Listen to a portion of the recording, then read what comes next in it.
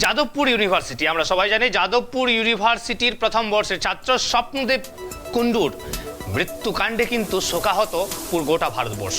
সেই স্বপ্নদীপ কুণ্ডুর মৃত্যুকাণ্ডে গ্রেপ্তার আরও 2 পড়ুয়া। যাদবপুর বিশ্ববিদ্যালয়ের আরও 2 পড়ুয়াকে গ্রেপ্তার করা হয়েছে। প্রথমত সৌরভকে গ্রেপ্তার করা হয়েছিল এবং তাকে জিজ্ঞাসাবাদ করার পরই আরও 2 জনের নাম উঠে আসে। ধৃতদের নাম দীপশেখর দত্ত ও মারতোষ ঘোষ। ধৃত সৌরভ চৌধুরীকে জেরা করেই নাম উঠে আসে 2 পড়ুয়ার। থানায় রাতভর জিজ্ঞাসাবাদের পর গ্রেপ্তার। ধৃত দীপশেখর দত্ত ও দ্বিতীয় বর্ষের অর্থনীতির ছাত্র, বাঁকুড়ার বাসিন্দা। ধৃত মারতোষ ঘোষ সমাজবিদ্যার 2য় বর্ষের ছাত্র, হুগলির আরামবাগের বাসিন্দা। স্বপ্নদীপ কুণ্ডুর মৃত্যুকাণ্ডে কিন্তু গ্রেপ্তার আরও 2 পড়ুয়া। স্বপ্নদীপ কুণ্ডুর এই মৃত্যুকাণ্ডে কিন্তু গোটা ভারতবর্ষ শোকাহত, শিবিরে উঠেছিল গোটা যুব সমাজ, গোটা ছাত্র সমাজ। এ নিয়ে আমরা বিস্তারিত জানবো। আমাদের সঙ্গে এই মুহূর্তে ফোন করে রয়েছে আমাদের প্রতিনিধি অপ্রদীপ। আমি জানতে চাই স্বপ্নদীপের মৃত্যুকাণ্ডের সাথে কিভাবে জড়িত এই 2 ছাত্র। দেখো, তোমাকে প্রথমেই বলে রাখবো, কালকে সারা রাত জিজ্ঞাসাবাদ চালানো হয় এই মনসেশ দত্ত এবং দীপশেখর দত্তকে। তাদের সারা রাত জিজ্ঞাসাবাদের ভোর 4:10 নাগাদ গ্রেপ্তার করা হয়েছে, যেটা আমরা যাদবপুর থানা সূত্রে জানতে পারছি। ইতিমধ্যেই এই 2 জনকে যাদবপুর থানা থেকে নিয়ে যাওয়া হয়েছে লালবাজারের যে সেন্ট্রাল লকআপ আছে সেখানে।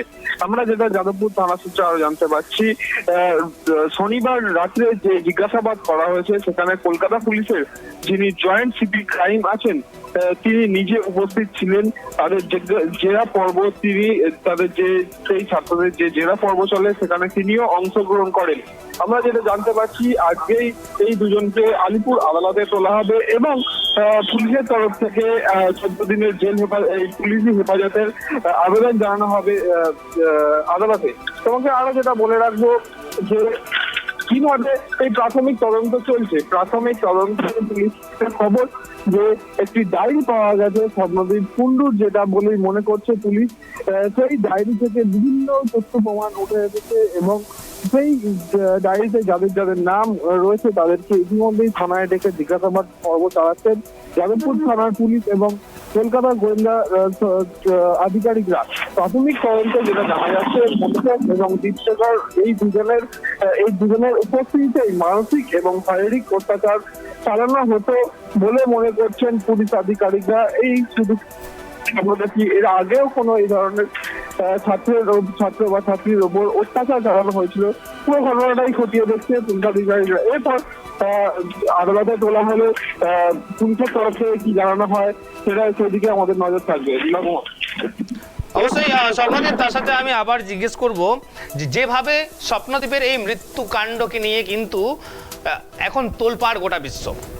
স্বপ্নদীপের এই মৃত্যুর পরই কিন্তু র্যাগিং নিয়ে একাধিক তথ্য সামনে উঠে এসেছে এবং এই র্যাগিংকে নিয়ে কিন্তু অনেক ছাত্রও কিন্তু মুখ খুলেছেন, কেউ সোশ্যাল মিডিয়াতে, আবার কেউ হোয়াটসঅ্যাপ চ্যাটে।